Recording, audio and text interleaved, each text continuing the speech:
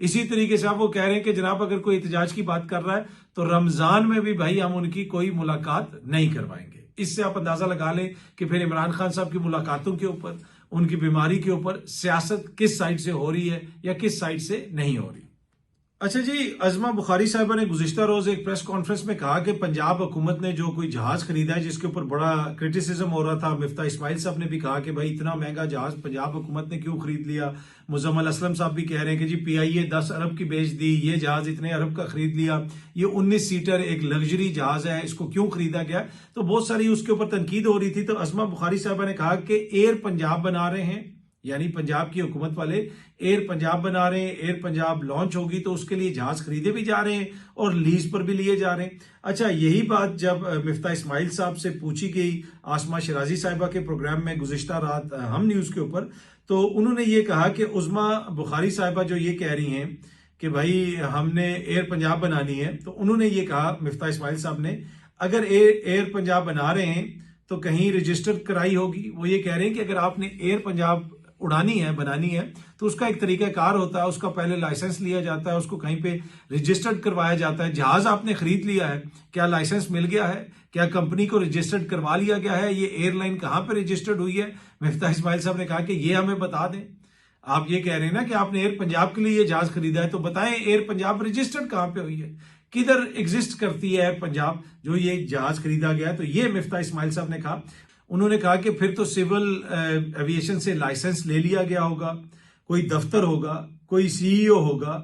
دنیا میں کون کارپوریٹ جیٹ خرید کر ایئر لائن کھولتا ہے؟ انہوں نے کہا جی اس میں کسی کی بھرتی ہوئی ہے، کوئی اس کا سی ای او ہے، کون اس کا انچارج ہے، اس کا دفتر کدھر ہے، اس کا لائسنس کدھر ہے، اور دنیا کے کس ملک میں کارپوریٹ جیٹ خرید کے یعنی لگژری جیٹ خرید کے ایئر لائن لانچ کی جاتی ہے. تو یہ مفتاح اسماعیل صاحب نے جناب بات کی ہے.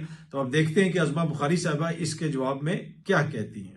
اچھا، کامران خان صاحب سینئر صحافی ہیں. آپ کو پتا ہے جب عمران خان صاحب کی حکومت کا خاتمہ ہوا اس کے بعد سے متعدد بار انہوں نے ٹویٹس کی کہ بس اب سارا نقشہ بدل گیا، اکانومی بھی بہتر ہو جائے گی، یہ بھی ہو جائے گا، وہ بھی ہو جائے گا، بڑوں نے یہ فیصلہ کر لیا، چھوٹوں نے ان کی تائید کر لی، اور بڑے یہ کہہ رہے ہیں اور چھوٹے وہ کہہ رہے ہیں، درمیانے وہ کہہ رہے ہیں. اس قسم کا بیانیہ وہ پیش کرتے رہے. لیکن میں نے آپ کو بتایا کہ گزشتہ روز بھی میں نے آپ سے شیئر کیا تھا کہ انہوں نے ولاگ بنایا جس میں انہوں نے فرمایا، بلکہ پوری ڈیٹیلز شیئر کی کہ 2025 میں پاکستان سے 4000 ڈاکٹرز جو ہیں وہ ملک چھوڑ کے چلے گئے.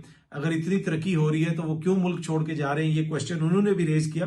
اب ایک اور انہوں نے ولاگ بنایا ہوا تھا اور گزشتہ رات کو میں دیکھ رہا تھا سوشل میڈیا پہ انہوں نے شیئر کیا ہوا تھا، ایکس پہ انہوں نے ٹویٹ کیا ہوا تھا. کیا پاکستان سٹاک ایکسچینج واقعی کسی بڑے طوفان کی زد میں ہے؟ 1 فروری سے شروع ہونے والی خون ریز مندی نے سرمایہ کاروں کے اربوں نہیں بلکہ 1 کھرب روپے سے زیادہ سرمایہ بہا دیا. صرف چند دنوں میں ہزاروں پوائنٹس کی گراوٹ نے مارکیٹ کا اعتماد ہلا کے رکھ دیا. بلوچستان میں بدامنی، ریکوڈک منصوبے سے جڑی غیر یقینی صورتحال اور بیرونی سرمایہ کاروں کے انخلا نے خوف کی ایسی فضا پیدا کی ہے کہ سرکٹ بریکرز بھی بے اثر دکھائی دیے. لیکن آج اچانک ایک زبردست کم بیک ہوا. سرمایہ کاروں کو وقتی سکھ کا سانس ملا. ہزاروں پوائنٹس کی تیزی نے سوال کھڑا کر دیا کہ کیا بحران ٹل گیا ہے یا یہ محض عارضی ریلیف ہے. تو انہوں نے بھی کوشچن کیا کہ بھائی اتنا زیادہ 1 کھرب روپے کا سرمایہ کاروں کا نقصان ہوا، ریکوڈک کا انہوں نے ذکر کیا، دیگر چیزوں کا ذکر کیا، تو وہ اتنے آپٹیمسٹک ہمیں نظر نہیں آتے جتنے آپٹیمسٹک وہ کچھ ماہ یا سال 1.5 سال پہلے نظر آتے تھے. پر اینی وے جو اکانومی کی صورتحال ہے وہ ہمارے سامنے ہے. اب رمضان بھی آ گیا ہے اور رمضان میں ونس اگین جو عام بندے کی اکانومی ہے وہ تھوڑی سی اپسیٹ ہو جاتی ہے، چیزیں مہنگی ہو جاتی ہیں. کل بھی ہم نے آپ سے یہ ریکویسٹ کی تھی کہ آپ کے علاقے میں اگر کوئی مہنگائی ہو رہی ہے، چیزوں کا ریٹ اوپر جا رہا ہے تو کامنٹ کر کے ضرور ہمارے ساتھ شیئر کیجئے گا، کیونکہ انفارچونیٹلی وہ سارے ہمارے دوست صحافی اینکر جو 2-3 سال پہلے بلکہ 4 سال پہلے تک آپ کو مہنگائی کا بھی بتاتے تھے، میڈیا صبح سے شام تک مہنگائی کے اوپر پروگرامز کرتا تھا، لیکن اب ویسا نہیں ہوتا کیونکہ اور بہت سارے امپورٹنٹ مسائل ہیں. تو ان کا تو قصور نہیں ہے، قصور آپ لوگوں کا ہے کہ چیزیں مہنگی ہوتی ہیں. اگر آپ لوگوں کی جو ہے وہ اکانومی بہتر ہو، اگر آپ لوگ محنت کریں اور ملک ترقی کرے، حکومت تو بہت زیادہ محنت کر رہی ہے. دیکھیں کبھی آسٹریا سے واپسی پہ لندن، تو کوئی امریکہ، تو کوئی موراکو، تو کوئی چائنا، حکومت تو بہت زیادہ محنت کر رہی ہے. اب تو یہ نیا کارپوریٹ جیٹ بھی آ گیا ہے پنجاب حکومت نے جو خریدا، اور نئی ایئر لائن لانچ ہو رہی ہے اس سے ماشاءاللہ تو مزید محنت کی جائے گی. دنیا بھر میں ایئر لائن بھی اب جائے گی. پر اینی وے اب یہ تو قصور تو عوام کا ہے. تو مہنگائی جو ہو رہی ہے، اگر آپ کے علاقے میں آپ محسوس کرتے ہیں کہ مہنگائی ہو رہی ہے تو آپ ضرور کامنٹ کر کے ہمیں بتائیے گا. باقی اس میں میڈیا کا یا کسی اور کا قصور تو نہیں ہے، وہ ان کے پاس تو اور بہت سارے کام ہیں. اب مہنگائی کے اوپر ہر وقت تو بات نہیں ہو سکتی. اچھا، ایک اور چیز جو آپ سے شیئر کرنی ہے کہ رمضان کے حوالے سے مہنگائی کا آپ نے ہمیں بتانا ہے، اور ایک اور چیز بھی آپ نے ہمیں بتانی ہے، اور بڑی جو ہے نا یہ آپ نے یاد رکھنا ہے، اور بڑی ریگولر آپ نے ہمارے ساتھ یہ اپڈیٹس شیئر کرنی ہے. وہ اپڈیٹس یہ ہیں کہ گورنمنٹ کے 2 منسٹرز کی تصویر لگائی گئی ہے، یہ سامنے آپ دیکھ سکتے ہیں. ڈان نیوز اس کو رپورٹ کر رہا ہے. گورنمنٹ سیز نو پاور اور گیس لوڈ شیڈنگ ڈیورنگ سحر اور افطار، یعنی سحری کے وقت اور افطاری کے وقت نہ گیس کی لوڈ شیڈنگ ہوگی نہ بجلی کی لوڈ شیڈنگ ہوگی. اگر آپ کے علاقے میں ایسا ہوتا ہے تو پلیز کامنٹ کر کے ضرور ہمارے ساتھ شیئر کیجئے گا. اچھا جی، خواجہ آصف صاحب نے یہ کہا ہے کہ ضرورت پڑی تو افغانستان میں فضائی کارروائی سے نہیں ہچکچائیں گے، اور انہوں نے یہ اس تناظر میں کہا ہے کہ بھارت ایز اے پراکسی استعمال کر رہا ہے افغانستان کی سرزمین کو، افغانستان کی رجیم کو، وہاں پہ جو اس وقت انٹرم حکومت ہے ان کو، وہ بنیادی طور پہ اس وقت بھارت کی پراکسی بنے ہوئے ہیں، اور وہاں سے پاکستان کے اوپر حملے لانچ کیے جاتے ہیں. اور جو کچھ بھی ہو رہا ہے وہ بہت دفعہ ہم نے بھی رپورٹ کیا، میڈیا بھی رپورٹ کرتا رہتا ہے، حکومت بھی آپ کے ساتھ چیزیں شیئر کرتی رہتی ہے، وہ ساری چیزیں سب کو پتہ ہے.